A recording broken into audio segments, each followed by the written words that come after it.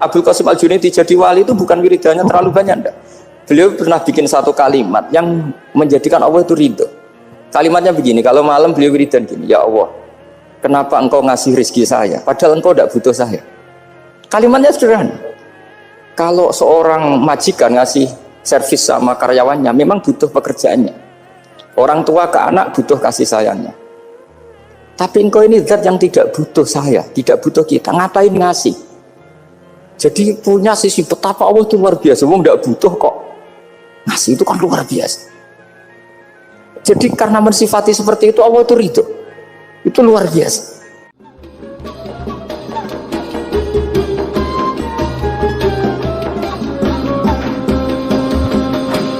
Saya termasuk orang yang meskipun masih muda itu gak pati-pati mati. Karena bukan berarti saya mesti soleh, mesti husnul khotimah, ya enggak.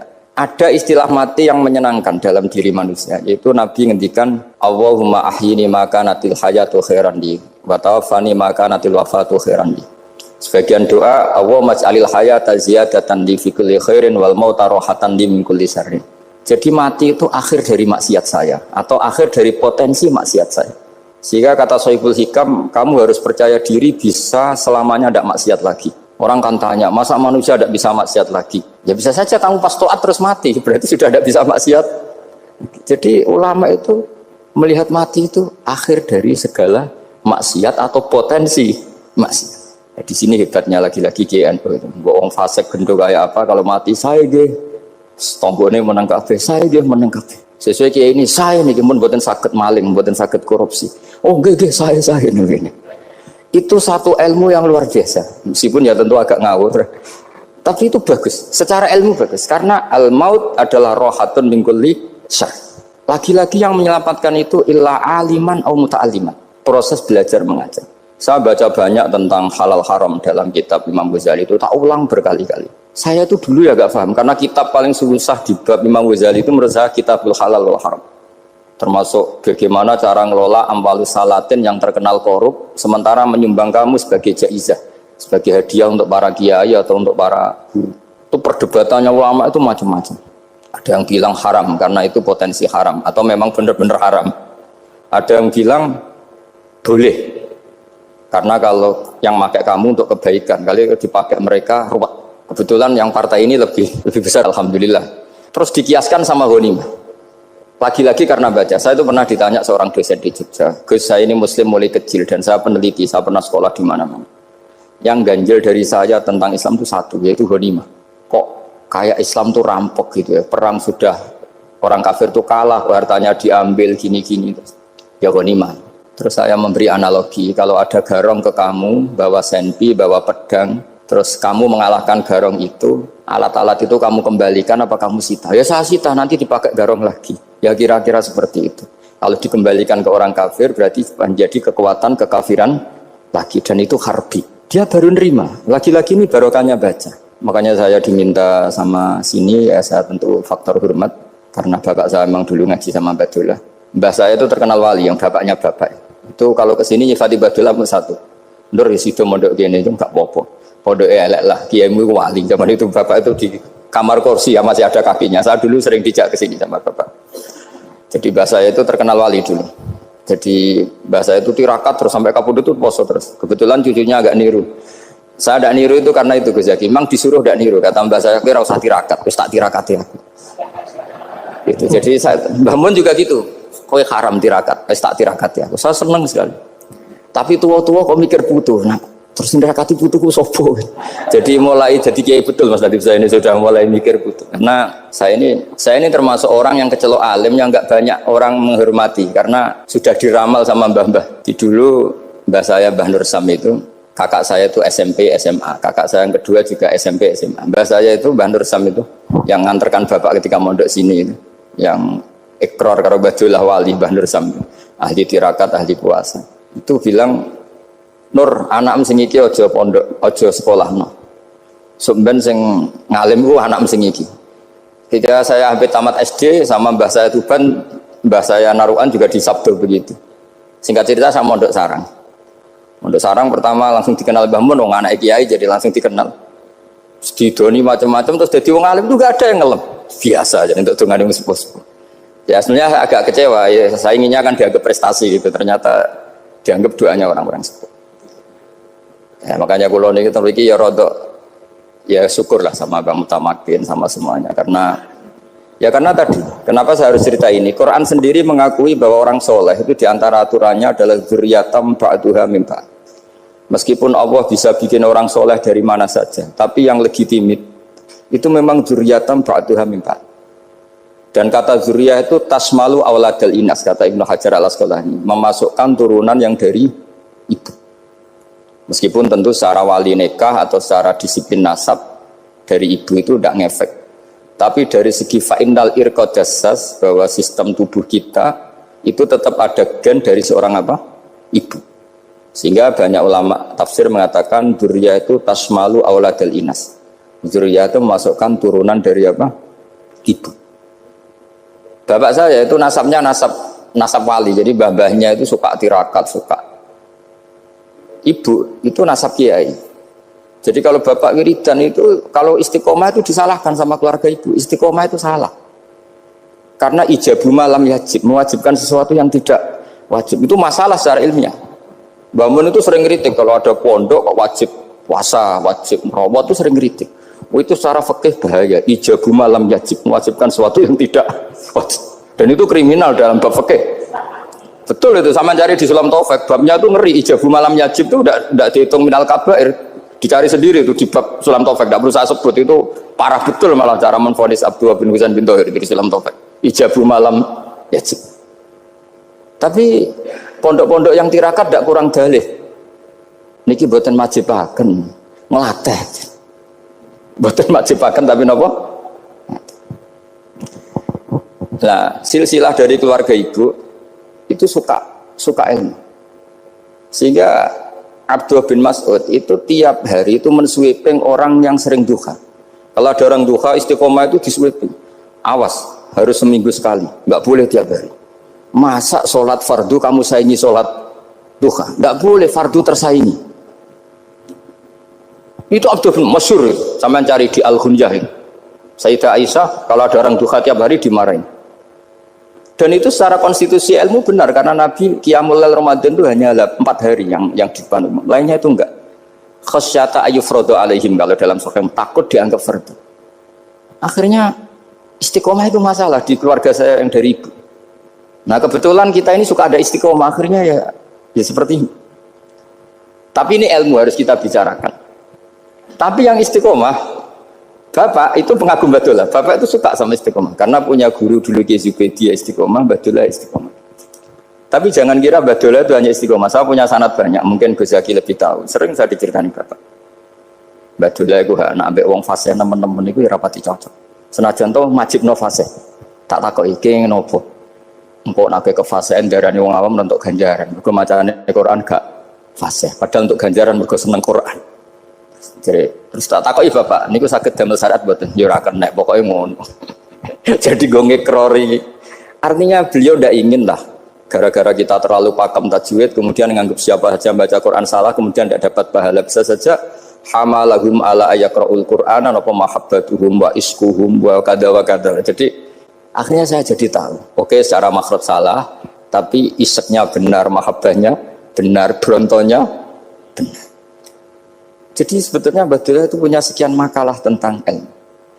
Hikam juga gitu. Nur nak cah santri ngaji ihya itu jauh oleh, tapi nak ngaji hikam mojo. Maksudnya beliau entah kalau setelah itu Badulah itu melarang siapa saja santri ngaji hikam itu dilarangnya ada kelas tertentu untuk boleh ngaji hikam. Nah, kenapa saya cerita ini? Karena saya masih ingat betul di antara wasiatnya Mbah Mun itu. Pirroh sebab apa Fatihah kok ihdinas siratal mustaqim, bukan siratoka tapi siratal ladzina an'amta alaihim. Dawe Mbah Mun fa innallaha ta'ala la ya'kul wa la yashrab wa la yanqih wa la kadza wa kadza. Allah itu tidak makan, tidak minum, tidak tidur. Sehingga kita tidak bisa niru Allah. Tapi yang makan tidur itu manusia. Sehingga kalau ingin dekat Allah ya niru siratal ladzina, bukan siratoka. Kita cara tidur niru Kanjeng Nabi, niru ulama, cara makan, cara minum, niru Allah tidak bisa. Makanya bukan ihdinas siratal mustaqim siratoka tapi siratal ladzina an'amta. Maka dalam beragama itu butuh master, butuh panutan. Ya tentu Mbah Mun oleh ngendikan pakai lugat orang-orang kuno. Cara Mbah Mun pakai cantolan. Maka saya punya makalah banyak dari Bapak, dari Mbah Mun, dari Mbah Zubair, dari sampai saya itu hafal sanad sampai Rasulullah Shallallahu Alaihi Wasallam. Karena yang bisa mengawal ilmu itu sanad. Termasuk saya di sini bawa kitab Ar-Risalah Al-Qusairiyah. Nanti saya baca beberapa panutan kita. Di sini ada Abdul Qasim Al-Junaidi, ada Abu Yazid Al-Bustami, ada banyak ulama yang ditulis Ar-Risalah Al-Qusairiyah. Dan itu yang membentuk Imam Ghazali, kitab Ar-Risalah Al-Qusairiyah. Tapi sekarang kita ini tidak belajar lagi tentang tasawuf. Tasawuf itu Abdul Qasim Al-Junaidi jadi wali itu bukan wiridannya terlalu banyak, enggak. Beliau pernah bikin satu kalimat yang menjadikan Allah itu ridho. Kalimatnya begini, kalau malam beliau wiridan gini, ya Allah, kenapa engkau ngasih rezeki saya? Padahal engkau tidak butuh saya. Kalimatnya sederhana. Kalau seorang majikan ngasih servis sama karyawannya, memang butuh pekerjaannya. Orang tua ke anak butuh kasih sayangnya. Tapi engkau ini zat yang tidak butuh saya, tidak butuh kita. Ngapain ngasih? Jadi punya sisi betapa Allah itu luar biasa. Wong tidak butuh kok. Ngasih itu kan luar biasa. Jadi karena mensifati seperti itu Allah itu ridho. Itu luar biasa. Normalnya orang memberi itu kan, apalagi orang memberi kiai itu kacau sekali. 1.000 jaluk swarga. Salam template 1 juta wae jaluk apa? Swarga itu parah lagi. Nanti kalau enggak masuk surga diundat-undat. Itu ngeri lagi itu 1 juta minta apa? Surga. Sayyidina Ali itu diantara sebabnya beliau dekat Allah itu karena muamalahnya sama Allah itu benar. Di antara muamalah itu yang diriwayatkan di kitab Ar-Risalah Al-Qusairiyah adalah masyhur itu. Kafani izzan antakuna li rabban wa kafani fakhran an akuna laka abdan. Tiap malam ya beritanya itu, ya Allah, saya sungguh sangat mulia karena engkau yang jadi Tuhan.